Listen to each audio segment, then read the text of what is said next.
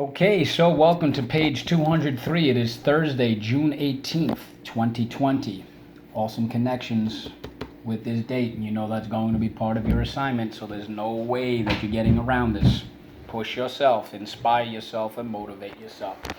The first word is the word camera. What's the word? Exactly, the equipment you use to take a photograph or a picture, like a lens, okay? Camera. Let's go. Camera.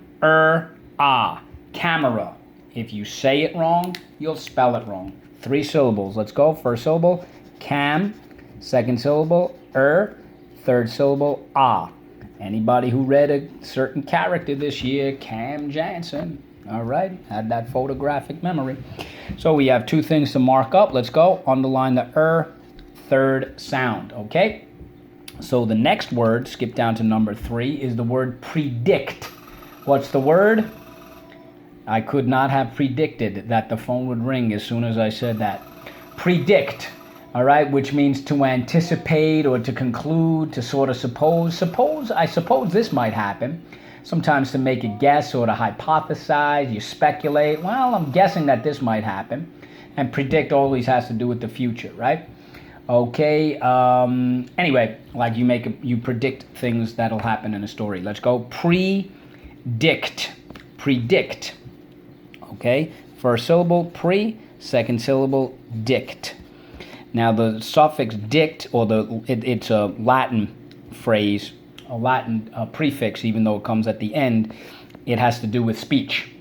Okay, think about the word dictionary or diction. When you have good diction, you speak well. Pre, of course, we know means before. So see if the etymology aligns with that. Okay, so now, how do we mark this up? Excellent. Underline the E. You know the rest. Excellent. All right. So now when you predict things, that is called a prediction. And notice that it ends with T. Prediction. Prediction. First syllable, pre. Second syllable, dick. Third syllable, shun. All right. So how do we mark this up? Underline the E and the sh. The E can say E at the end of a syllable. Yes, that's rule 4. Literally, Tion means full of, the suffix, and it literally means full of predict. Okay, what do we do with these 2 words? Brace. Next word, good ones. Old spelling word is the word steak. What's the word? Excellent. Steak, meat, beef, T-bone. Okay, steak, old spelling word, and you can always remember how to spell the steak that we eat, even though some of us don't, like Ariella, and that's okay, we respect that. Steak. Steak. We use E-F-A. Number 5, let's go. Steak. All right, how do we mark this up? Underline the A, think about it, third sound in between. Okay, and the way you can remember is we eat steak, E-A. The next word, it's going to be a rough one for you. It's the word stake. What's the word? Fantastic, stake. A stake is like a wooden post. In vampire stories, if you drive a stake into the vampire's heart, you kill him, all right? It's like a post or a pole. It could be like a little crucifix or something like that. Oh, but there are many, many with different ways to use the word stake. So a stake can also be a risk. Like there's a lot at stake if you decide to integrate the school, Miss Ruby Bridges. There's a lot at stake. There's a lot to risk. Okay? Sometimes when people are gambling, they'll say, what are the stakes? They're not talking about food that you eat. They're saying how much money is in the pot. All right? Like the stakes are high. Well, another way that you could use it is with territory. Back in the Old West, when there was the gold rush, you have to stake your claim. You have to carve it out. You have to mark it in such a way, like X marks the spot. That's staking your claim. And people used to also put a wooden pole in it or like a wooden cross. That was a stake. So there's a lot going on, okay? And sometimes in a competition, okay, let's race. The winner gets to eat all the Oreos, golden Oreos for those of you who don't like regular Oreos. In other words, what's it worth? What's at stake? Steak, let's go. Silent E. Let's go. S, t, a, k, silent E.